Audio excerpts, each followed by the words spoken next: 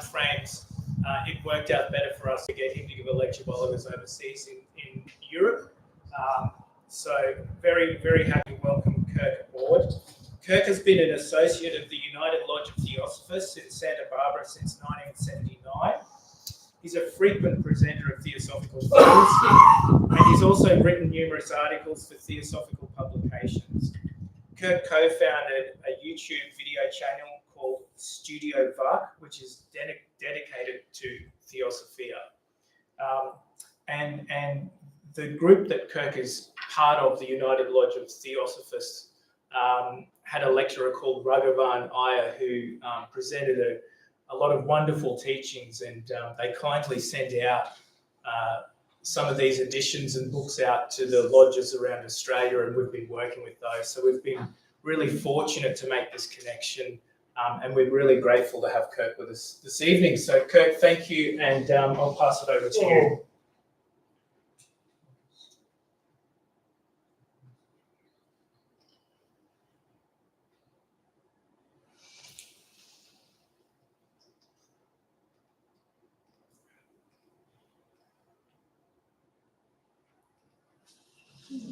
Thank you, Kirk. I've just introduced you and you didn't hear any of it because it was on mute.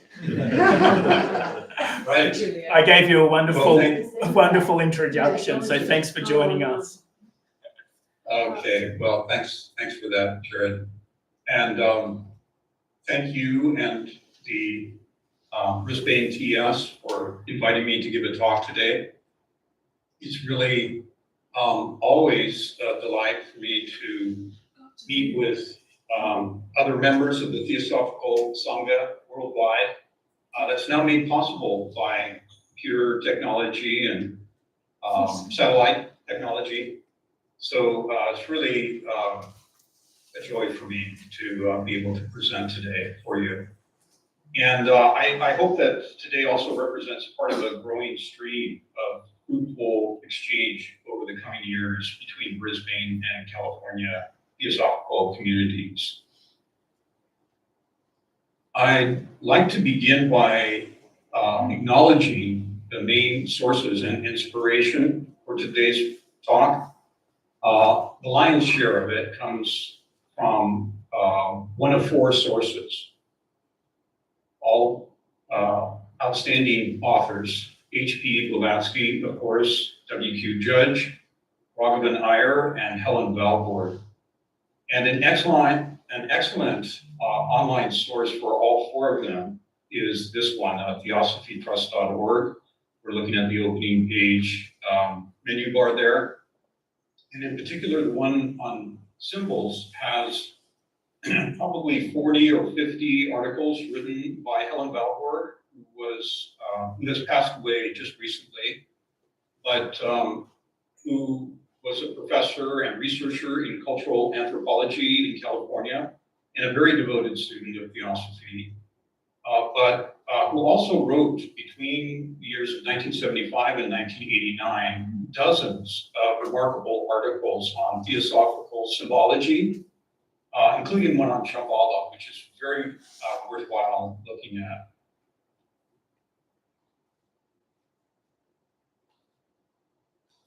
In 1933, a work of fiction by English writer James Hilton was published, titled Lost Horizon. And perhaps many, if not all of you, have heard of it. It was not only the first paperback ever published, but also became one of the most popular novels of the 20th century. It was also the basis of a well-known Frank Capra film of the same name, released in 1937. And as you may recall, if you're familiar at all with the film or the book, the storyline narrates a group of travelers fleeing by plane from Baskul, India in 1931. The plane is hijacked, but then crashes in the western Kunlun mountains of Tibet. The pilot, severely injured in the crash, instructs the passengers with his dying breath to seek refuge in a nearby lamasery called Shangri-La.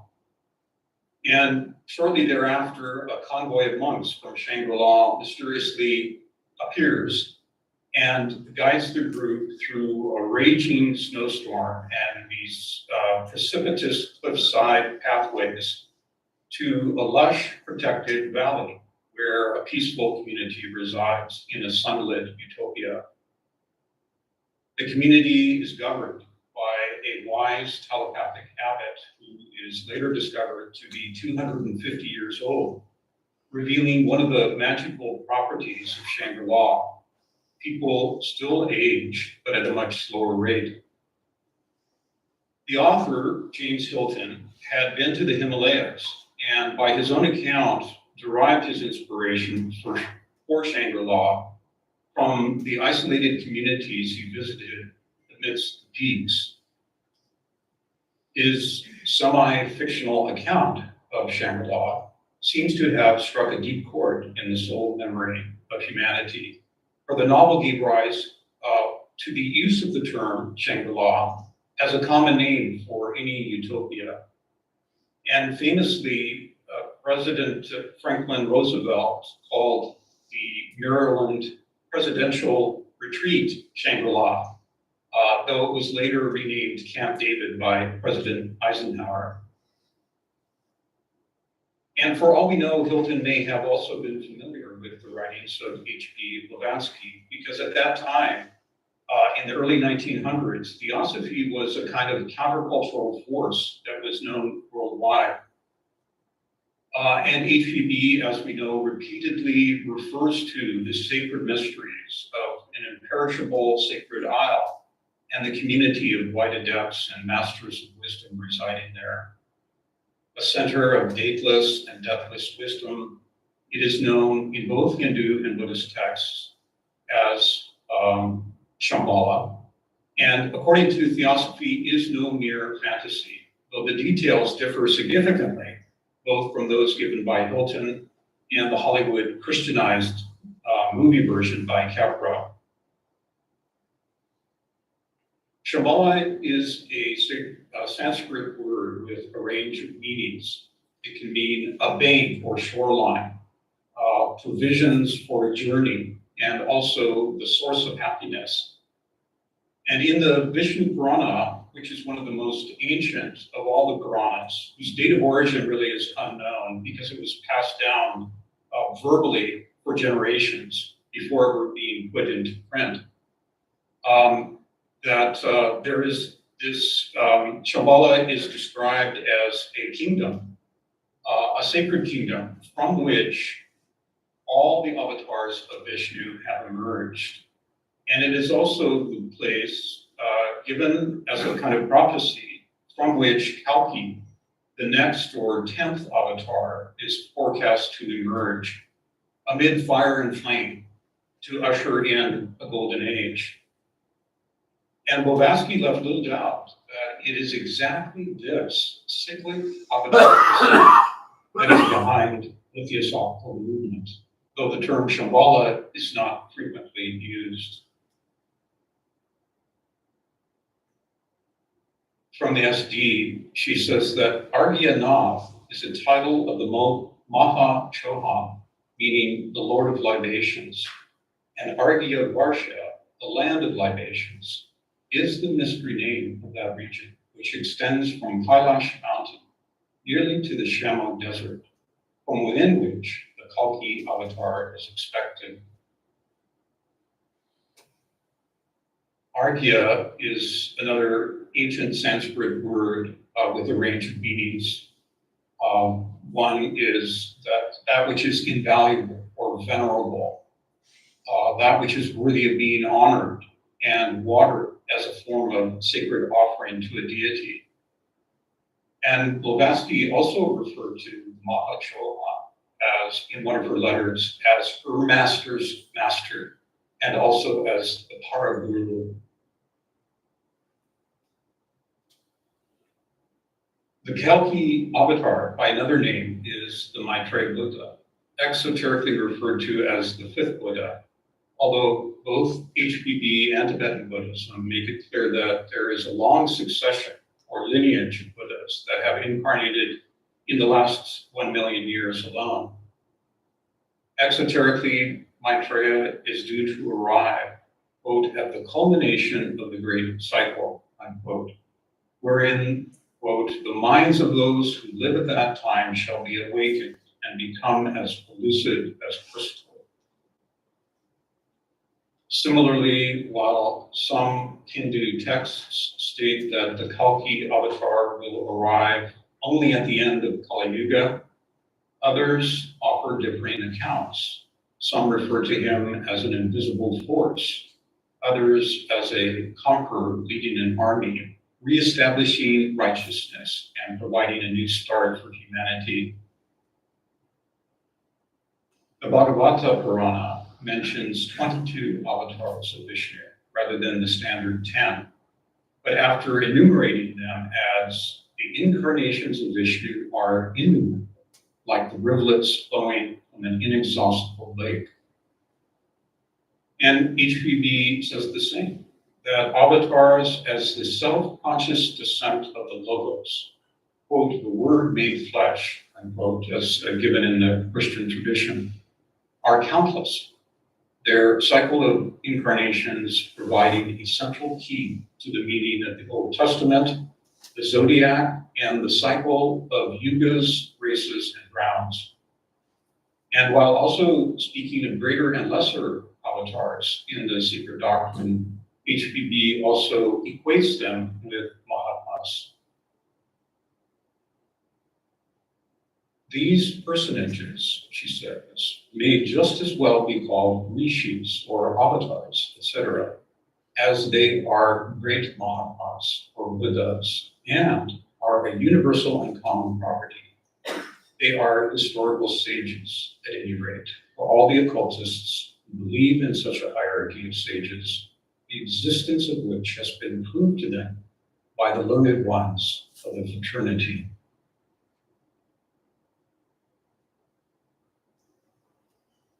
In Tibetan Buddhism, a prophecy similar to that found in the Puranas is contained in the Kalachakra Tantra, said to have been originally telepathically transmitted by the historical Buddha to the entire community of Shambhala. Kala, in its spiritual meaning, is not just time, but boundless time, or eternal duration, which embraces all beings, past, present, or future. In Tibetan history, the Kala Chakra teaching was never given out publicly until 1981, when the 14th Dalai Lama first offered preliminary initiations at the Deer Park in Madison, Wisconsin, of all places. But students of the secret doctrine have found many key elements of it given in Blavatsky's teaching and elaborated in the 1975 cycle, shown by both to be part of that esoteric tradition which far preceded the historical Buddha. The pinnacle principle of Kala Chakra is Adi-Buddha, the non-dual union of fire and water, of wisdom and compassion, of boundless, pristine awareness and skillful means.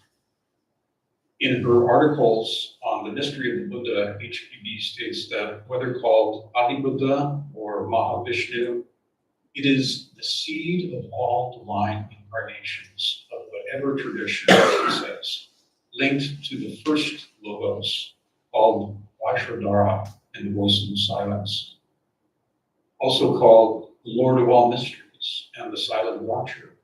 He is said to be ever awake even during the Mahapralaya, and has been awake since beginningless time. As the root essence of all Buddhas, Bodhisattvas, and adepts, he is also called the Great Initiator in the secret doctrine, who holds spiritual sway over all adepts.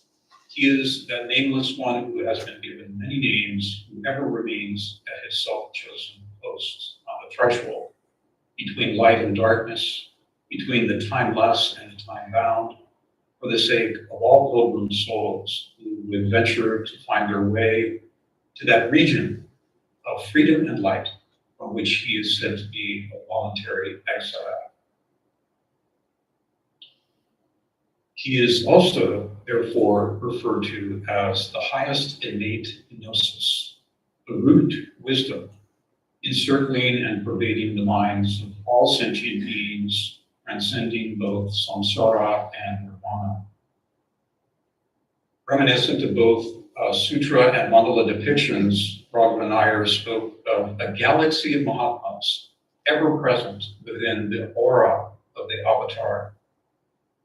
This great Brotherhood of Bodhisattvas is depicted in theosophical texts as inseparable from the logoic light and sound, that is the hidden foundation, intelligence, and moral order of the cosmos itself, and the higher self of every human being.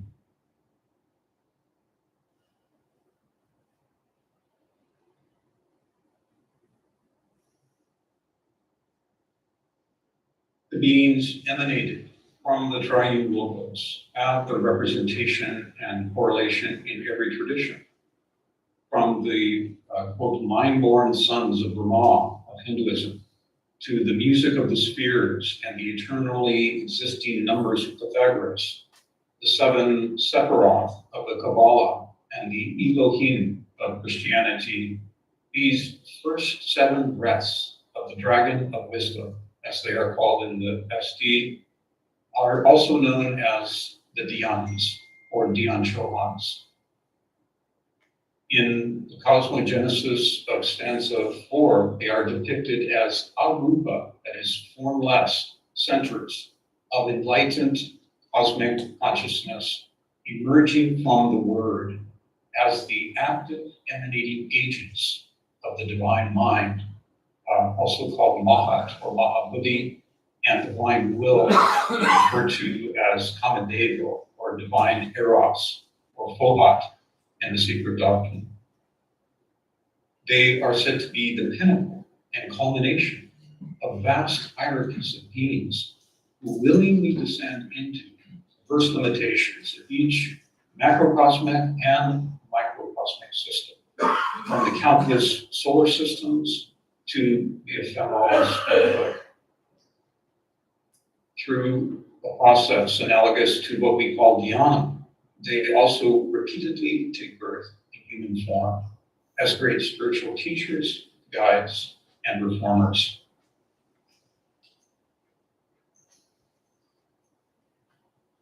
In the secret doctrine, Shambhala is in this way linked to the one life, the silent watcher, the Arupa 3 becoming the Arupa 7, and the manifesting Logoic 7, as a perfectly ordered, radiant, and harmonic plane consciousness, and Akashic constellation, we could say, of divine preceptors, dhyanis, bodhisattvas, buddhas, and adepts who watch over, instruct, serve, and protect humanity and the whole evolutionary stream of our planetary chain for the entire Navamitra. This suggests why meditation upon cosmogenesis, as given in the stanzas of Dzyan and its commentaries, can lead to, we're told, an intuitive grasp and eventual activation of true spiritual imagination and boundless noetic creativity. Long before the lunar Petries had sacrificially gestated the astral basis of the human terrestrial form in this realm, these divine preceptors were actively at work in our planetary cycle.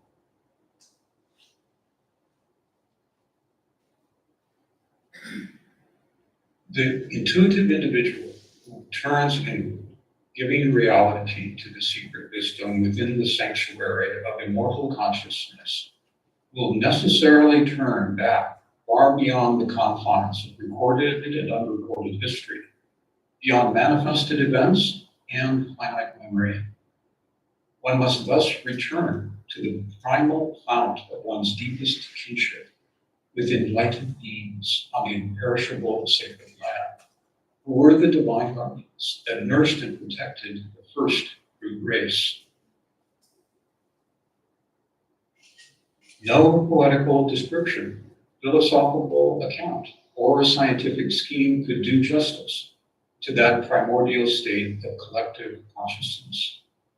It is not to be located in the mists of antiquity, but lies in a realm transcending ordinary conceptions of past, present, and future, perpetually present during the vast epoch of Mantra. This is the numinal basis for all theological or poetical conceptions of paradisiac consciousness.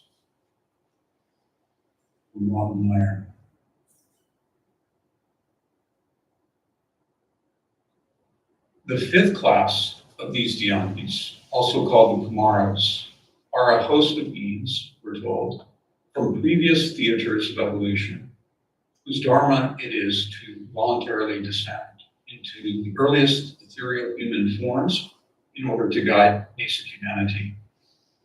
They are linked with the zodiacal sign Capricorn and symbolized by the Egyptian Hindu Buddhist Makara, symbolized as a crocodile or sea dragon, as well as the five-pointed star.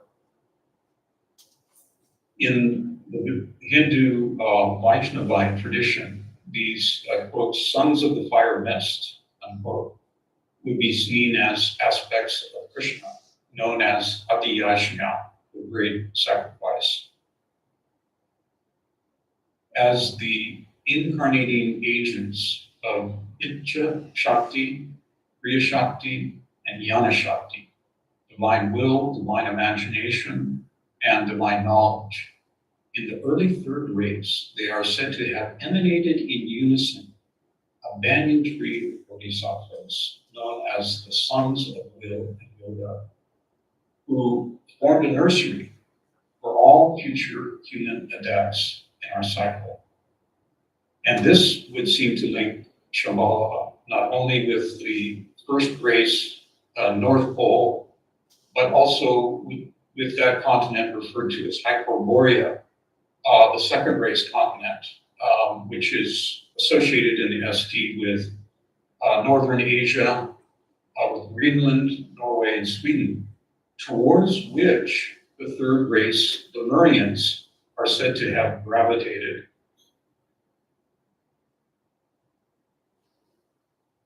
And of course, the crucial role of this fifth class of dhyanis is also that depicted in the Greek myth of Prometheus. Most contemporary Darwinian mythologists see the Promethean myth as a primitive tale about cavemen discovering the uses of fire and technology. But as we know, Theosophy sees it as an allegorical expression of great spiritual truth.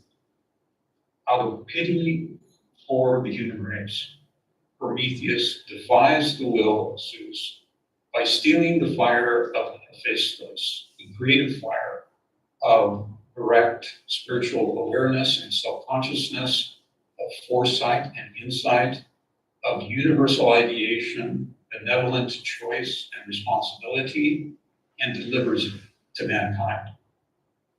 This is, as we know, the awakening of the human soul, the immortal fifth principle of Manas, in conjunction with Buddhi at its initial awakening, and associated with the Agnishvata Pitris, or also called the solar fathers. And it is this, of course, which makes each human being a potential God, which bridges the earthly to the cosmic, the quaternary to the purely spiritual Atma Buddhic monad. All students of Theosophy recognize this pivotal juncture in the scheme of evolution as occurring at the midpoint of the third root race, 18.75 million years ago. But again, to isolate it as a distant cycle or epoch is illusory, as it is said to continually reverberate in every human heart throughout the globe. It constitutes another peak golden age in which the radiant garment of Shambhala was known to all. All the mysteries of nature were conveyed at the awakening of that white light of Manas, and in which the whole of humanity was brought to a luminous awareness of the living reality of the sevenfold lords of light, the dhyanis within, and their fully realized Buddhas and Bodhisattvas, those emanations of those beings who were told, walk freely among mortals. The mysteries of nature were conveyed through one universal language and one common religion, rooted in effortless solidarity with the entire monadic stream, embracing every kingdom.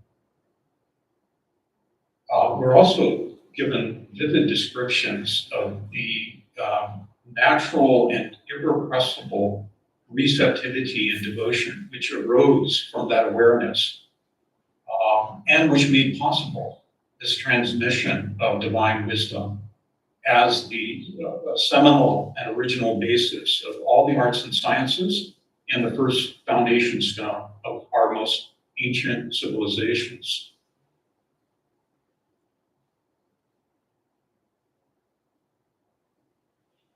In setting out the broad and complex scheme of anthropogenesis in Book 2 of the Secret Doctrine, HPB began with a reference to the sacred Isle of the Blessed and the beings who provided this initiating seed of monastic awakening. This sacred land is stated never to have shared the fate of the other continents because it is the only one whose destiny it is to last from the beginning to the end of the Mont Blanc throughout each round. It is the cradle of the first man and the dwelling of the last divine mortal, chosen as a shista for the future seed of humanity. Of this mysterious and sacred land, very little can be said, except perhaps, according to a poetical expression in one of the commentaries, that the pole star has its watchful eye upon it from the dawn to the close of the twilight of a day of a great breath.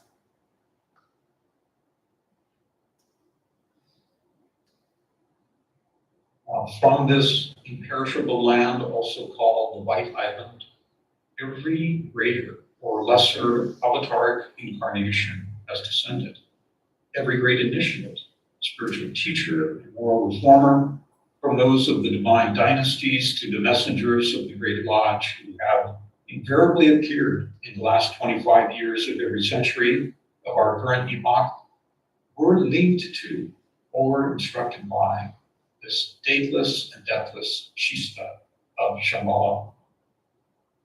This is why Theosophia will one day be seen as the common basis of the esoteric teaching in the Vedas and Upanishads, of Hermes Trismegistus, of Krishna, Buddha, and Shankaracharya, of Lao Tzu, Pythagoras, Plato, Jesus, and a long lineage of mystics, philosophers, and sages, known and many unknown to history.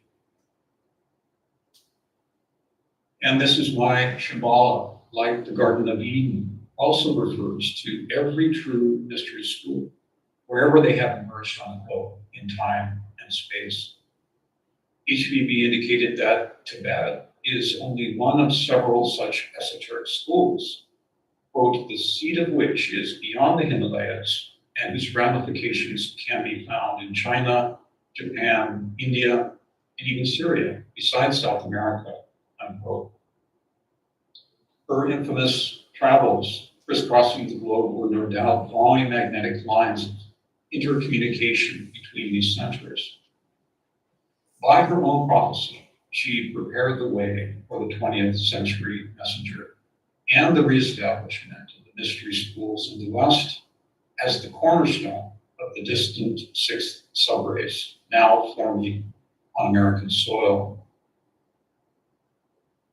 In her letters, later published in the Theosophist in October 1907, she stated, "There is beyond the Himalayas a nucleus of adepts of various nationalities, and the Teshud Lama, or Panchen Lama, knows them, and they act together, and some of them are with him and yet remain unknown in their true character, even to the average lamas. My master and K.H. and several others I know personally, are there, coming and going, and they are all in communication with the depths of Egypt and Syria and even Europe. Blavatsky also revealed that it was in the hidden libraries and retreat of the 8th Panchen Lama in the vicinity of Tashi Lhambro that she, in the company of masters, was given access to the texts that she translated as the voice of the silence and the stanzas of Xian as found in the Secret Doctrine.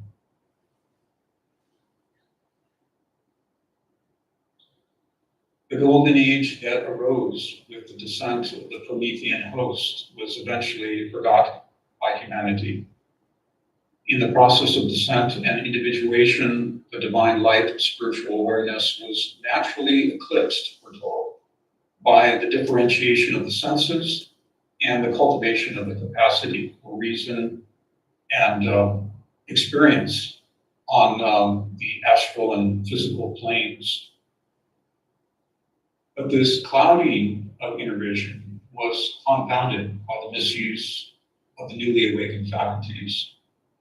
By the fourth or Atlantean race, great portions of humanity had already succumbed to misidentification with the lower self, the vestures of incarnation, rather than the spirit of nature above. And as natural devotion to preceptors devolved into self-worship, the third eye, the divine eye of spiritual perception, closed.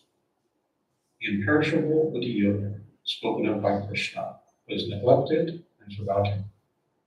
We obscured our own ability to see and understand the deeper truths and laws of nature, the reality of our true self, and our responsibility to serve the whole. Atlantean self-worship, wrote HBB, led to all the anthropomorphic and tribal religions that we see around us today, and our inability to recognize authentic Mahatmic currents, true spiritual teachings and its teachers when they walk amongst us. Instead, we persecute and crucify them. This is an old and repeated tragedy, of course, of the human race, dramatically illustrated in Dostoevsky's The Grand Inquisitor. And in the Gospel, according to Thomas, we find an archetypal dialogue in which even the disciples of a great initiate can fail to recognize his or her true stature. Jesus addressed his disciples, "Compare me to someone. Tell me whom I resemble." Peter said, "Just like an angel." Matthew answered, "You are like a wise philosopher." And Thomas replied, "Truly, Master, my mouth cannot bring itself to utter comparisons." And Jesus said, "I am no longer your master. You have drunk from the bubbling fountain which I brought, and you are drunk." He took Thomas aside and said 3 words to him. When Thomas returned, his companions asked, "What did Jesus tell you?" And he replied, "If I related even one of the words he told me, you would gather stones and hurl them at me, whereupon fire would leap from the stones and burn me."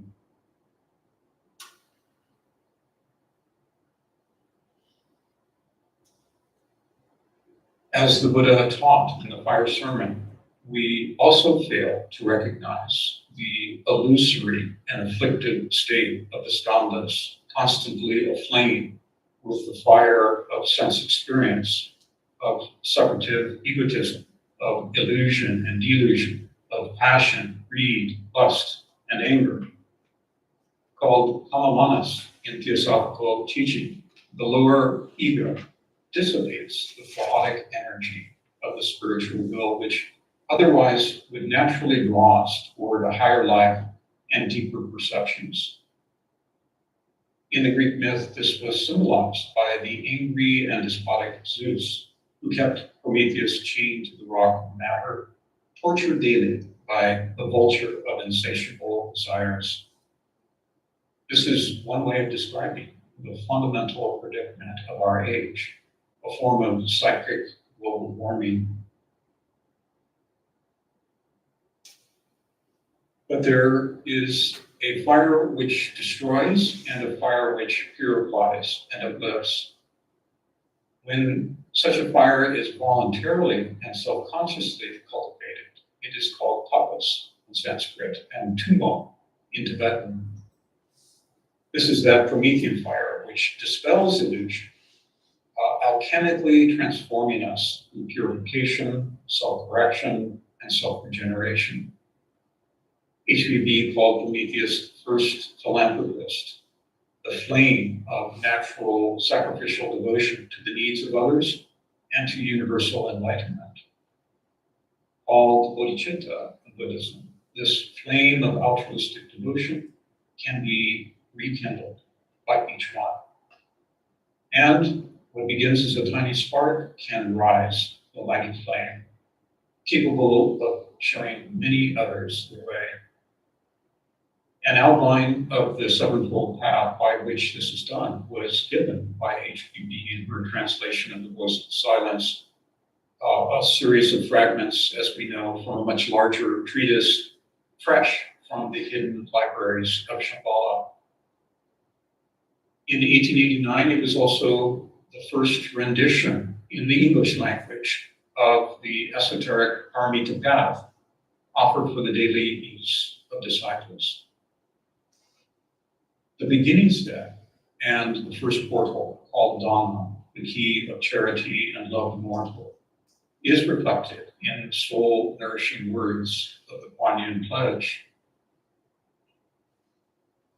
Never shall I seek nor receive private individual salvation. Never will I enter into final peace alone, but always and everywhere will I live and strive for the redemption of every creature throughout the world from the bonds of conditioned existence. At one level, Kuan Yin is a Chinese term corresponding to the Sanskrit Avalokiteshvara, the Tibetan Chenrezig, who is not only the preceptor and guardian of Tibet, but also of the whole of manifestation in that Tibetan tradition.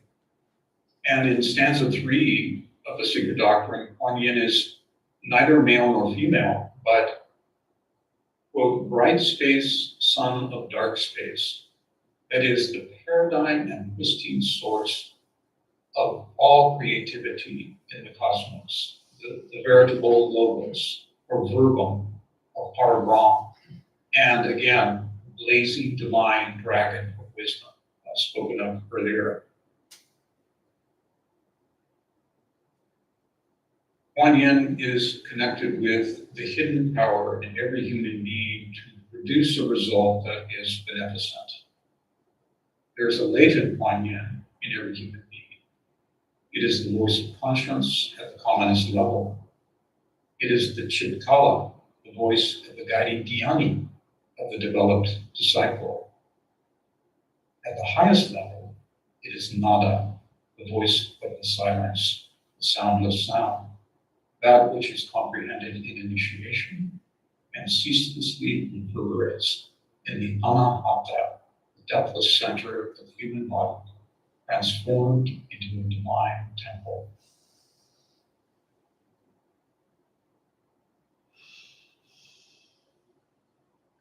The enlightened ones who preside over Shambhala are immortal in consciousness, though not in body, forming a bridge between the divine and human world systems. They are an ever-living brotherhood, all of whom have the capacity to veil or unveil themselves. Like the portal of entrance to Shambhala, they will be recognized by some and not by others as karma allows.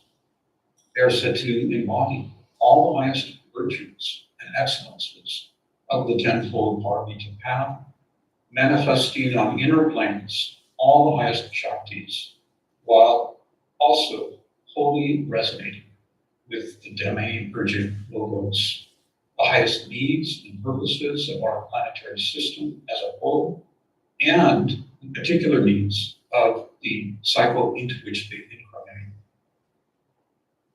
The timeless truths of Theosophia are said to be eternally enacted in the heart of this ever-living human banyan. And, of course, it is one of the avowed purposes of HPB's Great Mission and the Theosophical movement in its broader scope to educate, prepare, and inform the Western mind regarding the living presence and nature of these Mahatmas. For this age, as one of them has already said, is an age of transition, when every system of thought, science, religion, government, and society is changing, and men's minds are only preparing for an alteration into that state which will permit the race to advance to the point suitable for these elder brothers to introduce their actual presence to our sight. The whole of the movement, then, can be seen as a preparation for that day when such beings could walk the earth without being hunted as devils by some or worshipped as gods by others. And the part of the indispensable role that a true master of wisdom or avatar was given in this vivid allegory by Robert Crosby, where he said, a Siddha Purusha, that is a perfect man, is like an archaeologist who removes the dust and lays open an old well which had been covered by ages of disuse. The avatar, on the other hand, is like an engineer who sinks a new well in a place where there was no water before. Great men give salvation to those only who have the waters of piety hidden in themselves, but the avatar saves him too, whose heart is devoid of love and dry as a desert. The path to constituting ourselves as servants, disciples, or aids to such need was summarized by Mahatma K.H. himself in this way. If you would know us, study our philosophy. If you would serve us, serve our humanity.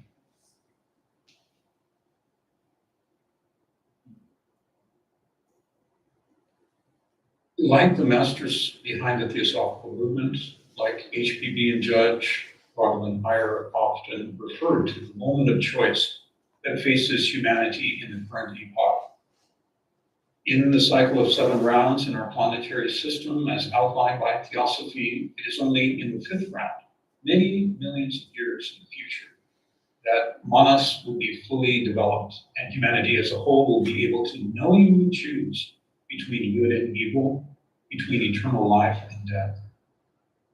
If humanity chooses the path of altruism and brotherhood, of benevolence and unity, we are told, it will ascend by progressive stages to its innate divinity and immortality as a Dhyan Chopanic host. Out of loving service to the whole of life, it will joyously cultivate and manifest its Nirmanakaya vesture in dulcet harmony with the whole of nature and with the great Brotherhood of Bodhisattvas. On the other hand, those egos who choose to continue serving the separative soul, a form of spiritual materialism, moral indifference, and ingratitude, will be blocked from participation in the upward arc of human evolution in the grand monetaric cycle, and any progress made by those egos will be tragically lost. This is the crucial juncture which is being anticipated by analogy in the 5th race of the 4th round right now. Owing to the enormous retardation in evolution in the past, it became absolutely necessary for the original vibration of the planetary spirit, the avataric vibration of 18 million years ago, of 1 million years ago in the time of Brahma, of 5,000 years ago in the time of Krishna, to be resoundingly struck again, so that the resultant karma would force a widespread quickening of choice.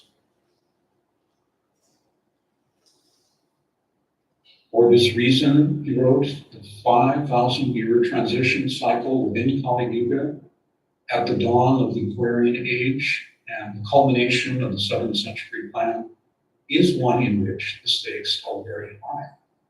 It is a time of immense suffering, of a type that could only be understood by a Buddha, Jesus, or Shakespeare. It is also a time of immense opportunity for courageous individuals and communities of seekers who aspire to become spiritual and moral benefactors and creative pioneers of the civilization of the future.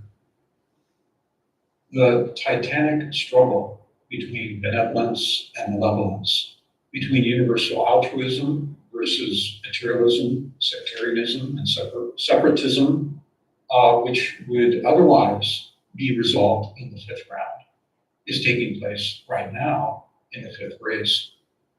We saw it reflected in Hilton's novel, as each of the characters rescued by the monks of Shangri-La were brought to a climactic confrontation with their own selfish character defects and moment of choice. Like the heating of base metal, all the impurities must rise to the surface, be faced and dispelled. We see the same playing out on the world stage. Institutional religion is collapsing, and mainstream scientific presumptions and paradigms are rapidly shifting. The predominant mind forms of the age, whose pseudo-morale justifies violence on a vast scale, disregards the marginalized, which co-opts and misuses knowledge and the gifts of nature for greed, for caste, for corporate gain, are in their death throes. In succumbing to them or passively drifting along without confronting and dispelling their seeds within our own psyche, we risk being stranded and stranding countless others. For as the masters wrote, it is not materialism that will have the upper hand. And this is why Theosophia, the compassionate program of the Bodhisattvas, radiating from Shambhala, is crucial and indispensable. The life-giving sacred law is the destroyer of dogmatism, designed to awaken soul memories and the voice of conscience, to keep alive humanity's intuitions, to awaken the noetic, the boundless heart, to draw all towards truth, and thus aid humanity in saving itself from itself.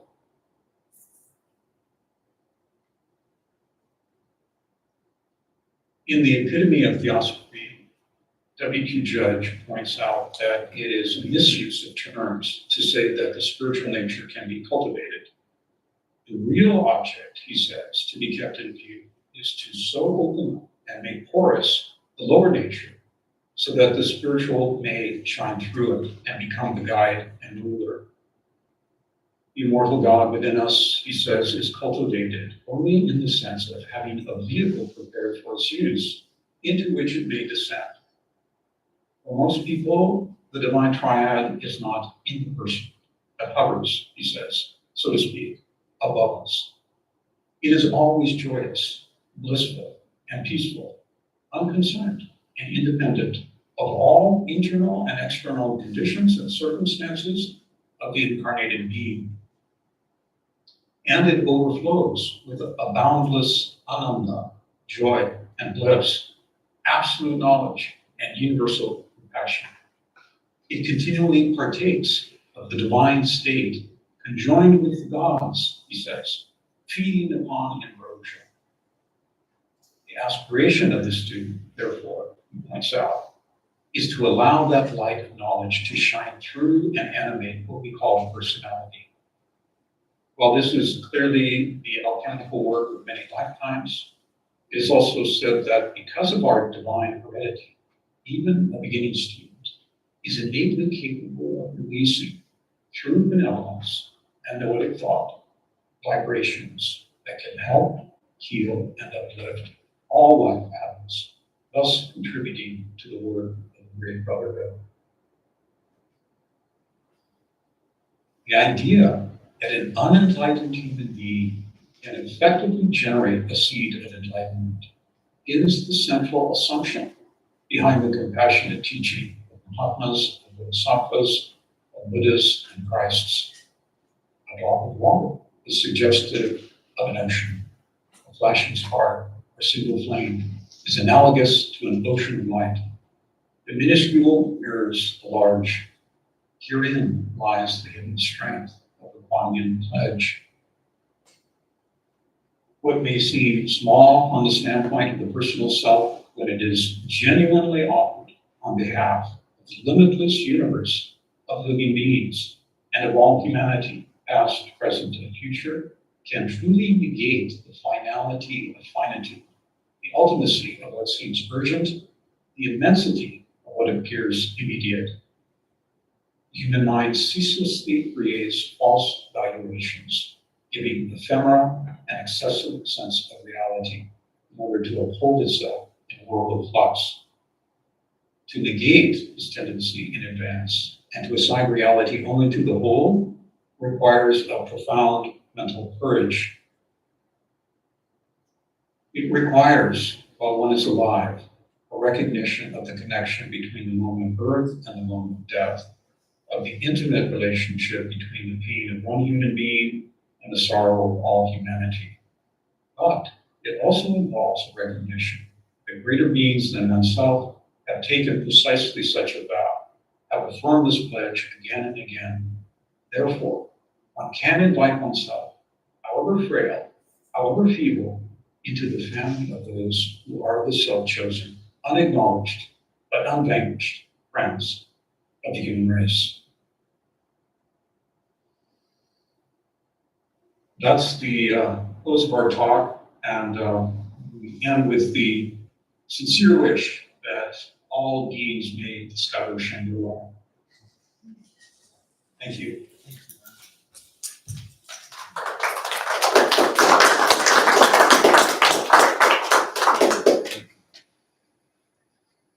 Thank you, Kirk. Everyone was clapping, but I had you on mute again, so sorry for that. I wasn't quick enough. I know that certainly has opened a huge amount of questions for myself, and hopefully I can take that to search the philosophy that KH spoke of in that quote that you shared with us. But I'd just like to open the floor to any questions that you may have. And we've also got people on screen. If you've got a question that you'd like to ask from the virtual rooms as well, please take yourself off mute.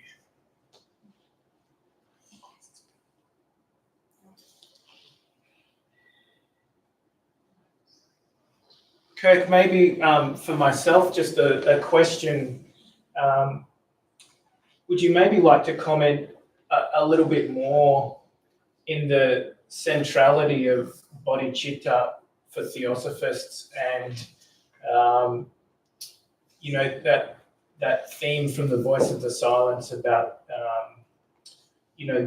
that altruism that's really required of us on the path? Yes, sure. Well, yeah, we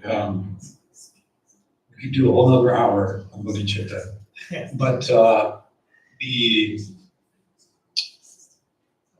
course we get that very explicit direction in the Voice of the Silence that to live to benefit mankind is the first step, and then we're reminded again, as we mentioned in the talk, that the very first portal of the path is that of Dhamma, the key of charity and love and more.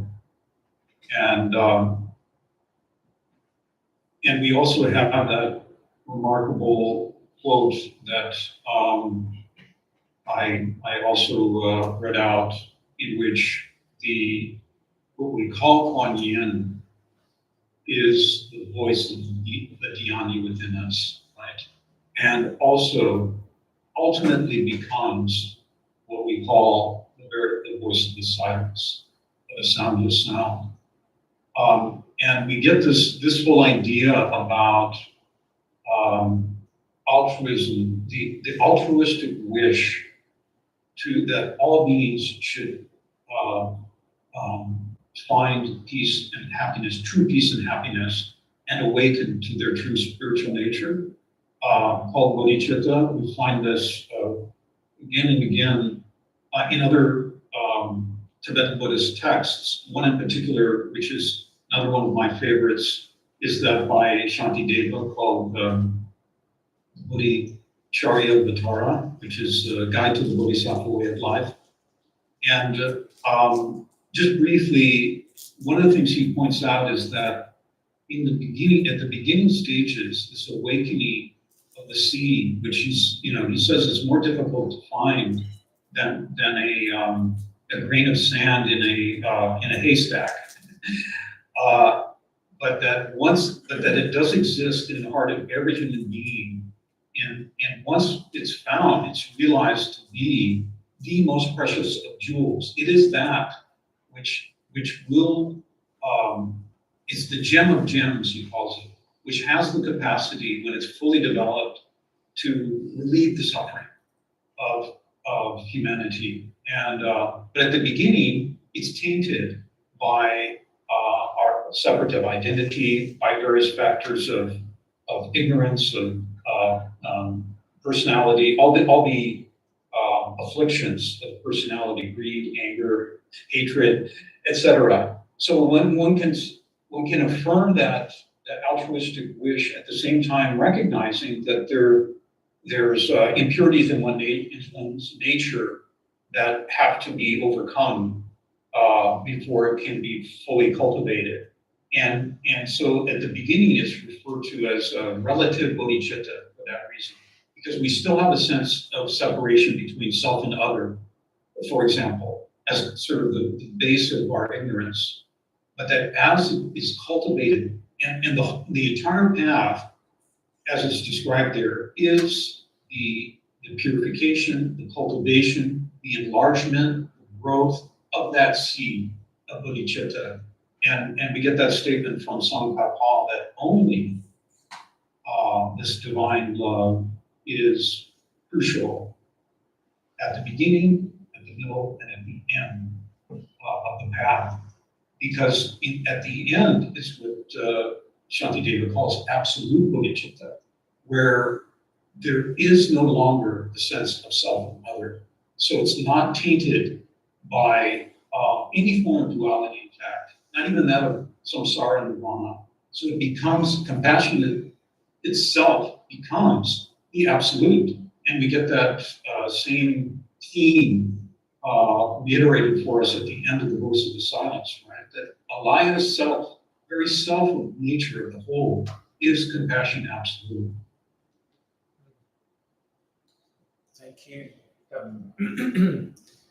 Does anyone else have any questions while we've got Kirk? And what about the people on the... Or on screen?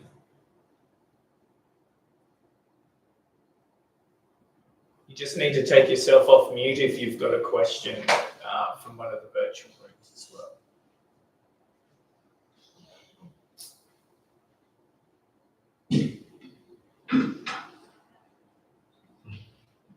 I wonder if the lack of questions means it was what that says about the talk.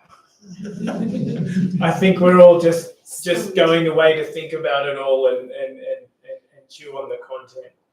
There was a lot in it, and I'm glad we've got a recording so that we can revisit that. So with your permission, it will get posted to our YouTube channel.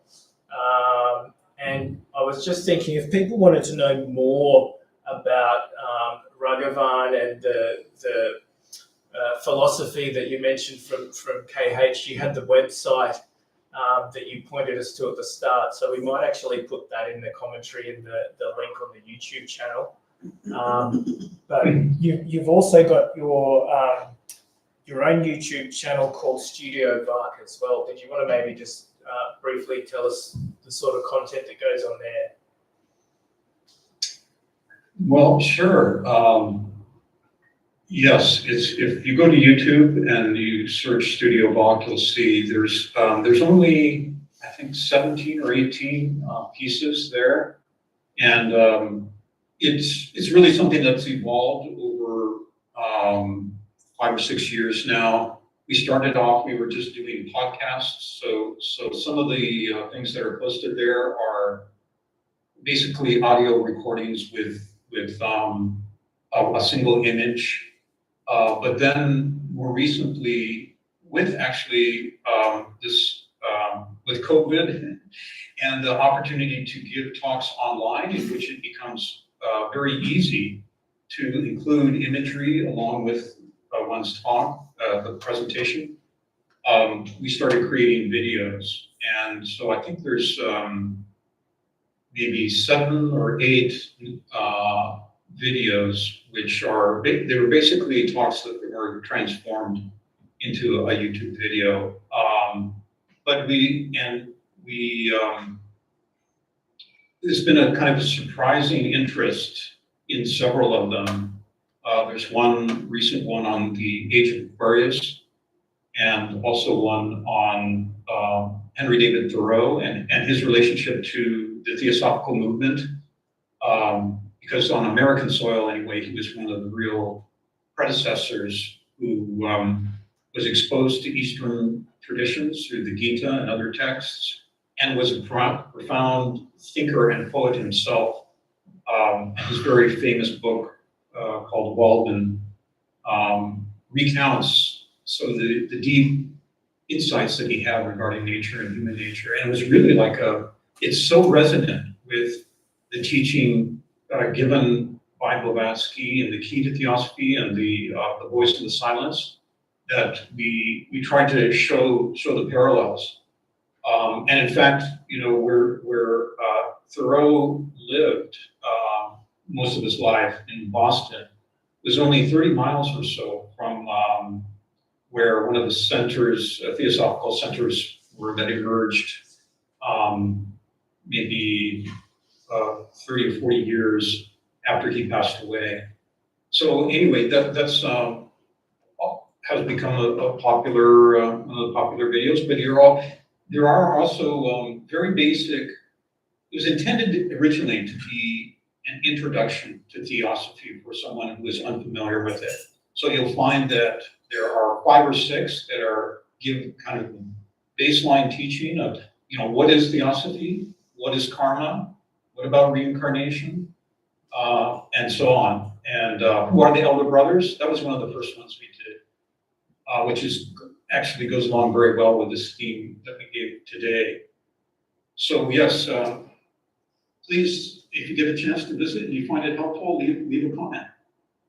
Yeah, and we might be able to share it to our social media as well. Well, while I've got you off mute, we might just show our appreciation again.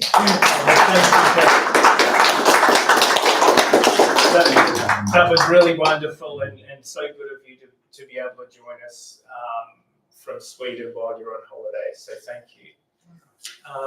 We'll just quickly run through an overview of what's coming up. Okay, sure. Yeah. Excellent. Thank you. Okay, what's coming up? So next week is going to be Gerard Brennan. So he's the head of the esoteric section. And so he's coming up here from Sydney. That's going to be really amazing talk. It's called Sacred Places and Inner Sciences, the Longest Journey to the Nearest Place. So that should be very interesting. So 7:30. Then we've got all the sign-up sheets over here. The next workshop that's coming up is Divine Art with Dr. Kim. So she's given a lecture here and a couple of workshops, and she's going to give you another lecture in October as well. So that one is there. And then the next one after that is the I Am Ascended Masters workshop weekend, which will be starting on a Friday, simply because Sunday is booked out. So Friday and Saturday. But it'll be starting in the afternoon on Friday, so try and get yourself free.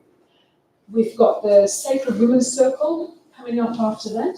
Then we've got the Introduction to Theosophy with Nikki and Tony and Bruce and Jared, so they're all here today.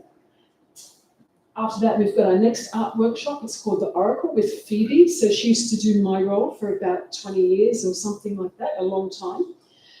Then we have the Heart workshop with Tony and Nikki. So that's all the workshops that are coming up. So that's starting from like mid next month. It's pretty busy until the end of October, really.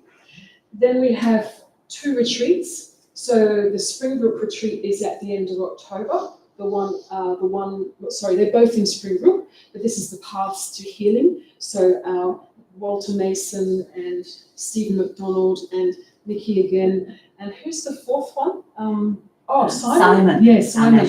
Yeah, so 3 of them from Sydney and 1 from Brisbane. So they'll all be, so it's going to be something worth going to. And then the next retreat will be in December. That's the Krishnamurti retreat. Now, the groups that we have going on here, so we have a study group of the Gupta video. So I think a lot of the things that happen here, we'd understand more if we went to the Gupta video on the Tuesday mornings. So certainly I think I would understand more. So it goes very deep into theosophy. Then every second Sunday, there's also a study group with Philippa, that's here. And every second Sunday is also meditation, which is upstairs with Philippa. And we're starting a Krishnamurti Conversations group, which Bruce is going to be running. Yay! There he is. So that'll be on the 4th Monday of every month, so starting on the 26th, so in August, 26th, and it'll be at 10 a.m., a couple of hours. So those of you who want to learn more about Krishnamurti, that's all happening. So I think that's about it. Thank you to all our volunteers again. We've been able to get this all to work and everything's wonderful. And we've got freshly baked biscuits and cake. Nathaniel did some baking this afternoon in our kitchen. So enjoy. Please pop your chairs over there and let's get into it.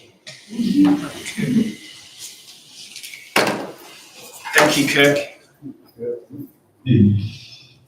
Hey, Jared, can you tell Kirk I really enjoyed the images? Oh, can we tell him? Hey, Kirk, I enjoyed your talk. I just want to tell you, I really enjoyed those images that you had. They spoke really well to the theme, and they really helped. So thanks for that. And what's your name, sir? Oh, Ben. Yeah. Nice to meet you. Nice to meet you too. Thanks for the talk. Thank you.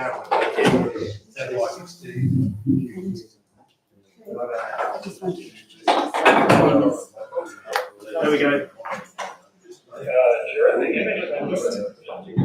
I'll just fix that up. Just 1 second.